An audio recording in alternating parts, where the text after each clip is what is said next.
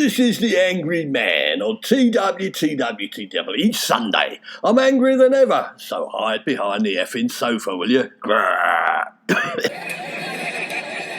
This week, prison lags were enjoying cannabis and mobile phones hurled into prisons inside lumps of grass.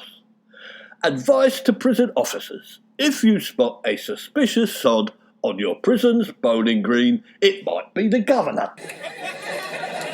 40,000 kids start school obese as figures lay bare damning north-south divide. Marcus Rashford has been told to stop giving children free school dinners. Don't worry, kids, it's almost the start of a new term. A few fags behind the bike sheds and the weight will just drop off. Children up north are much fatter, so there will have to be a levelling up. So the kids down south will just have to eat a bit more, won't they? The dudes are getting thicker in government, aren't they? The PM's climate spokesperson said diesel cars suit me better than electric. What can you do when the person hired to talk about effing climate change is Jeremy Clarkson in a bloody dress? She probably owns a coal-fired power station and hunts foxes in her spare time and roasts them over a log burner. Grrr. We also learned this week that fish fingers grown in labs could hit supermarket shelves within 2 years. I'm not sure I want scientists to play around with my food.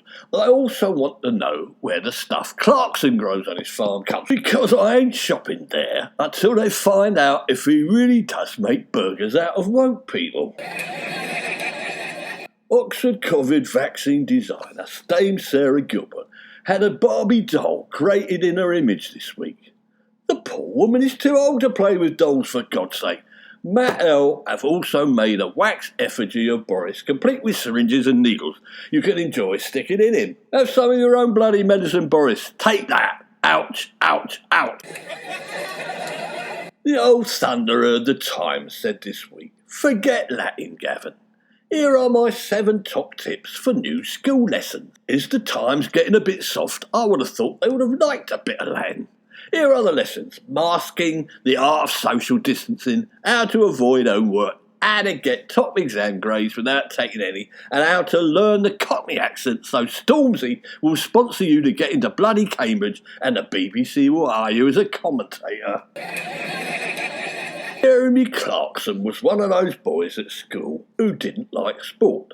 This week he wished Olympic athletes would devote time to something more useful. Jeremy Clarkson has a silver medal for diesel fumes and a gold medal for spraying the bloody countryside with insecticide and killing insects and bees. Jeremy has decided to devote the rest of his life to looking after the mental health of Simone Biles and Naomi Osaka instead. Thanks, Jeremy. In another story, Jeremy Clarkson bought 250 trout for his farm lake, but they all got eaten by predators. Ha ha ha ha. Poor old Jeremy wanted to do some fly fishing, so Caleb Cooper had better watch out. The push to get young people vaccinated continued apace this week. Partygoers may get their vaccine during a night out at the club, said the Times this week. So ladies, you won't be the first person to go out to a club with high expectations and end up with a little prick.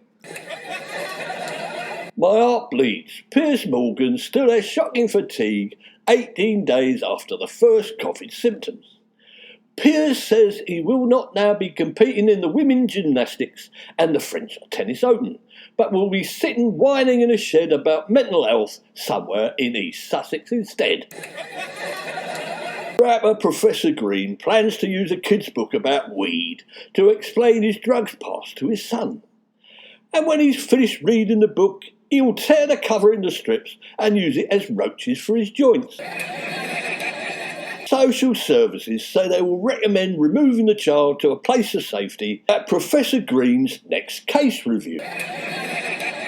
A shark was spotted off Dorset Beach this week, and terrified bathers were told to get out of the water. I don't know, they were probably dolphins. The libertarians are moaning about everything, aren't they? My dolphin's got too many teeth, and it's got a taste for human flesh. Wah, wah, wah. I tried to run away from a shark, but I injured my leg halfway down the track. Wah, wah, wah. Think about the bloody shark, for God's sake. It's global warming. The last thing they want to eat is a sweaty Englishman. Fortunately, it was a great white shark, so all the National Front supporters were allowed back in the bloody water, weren't they?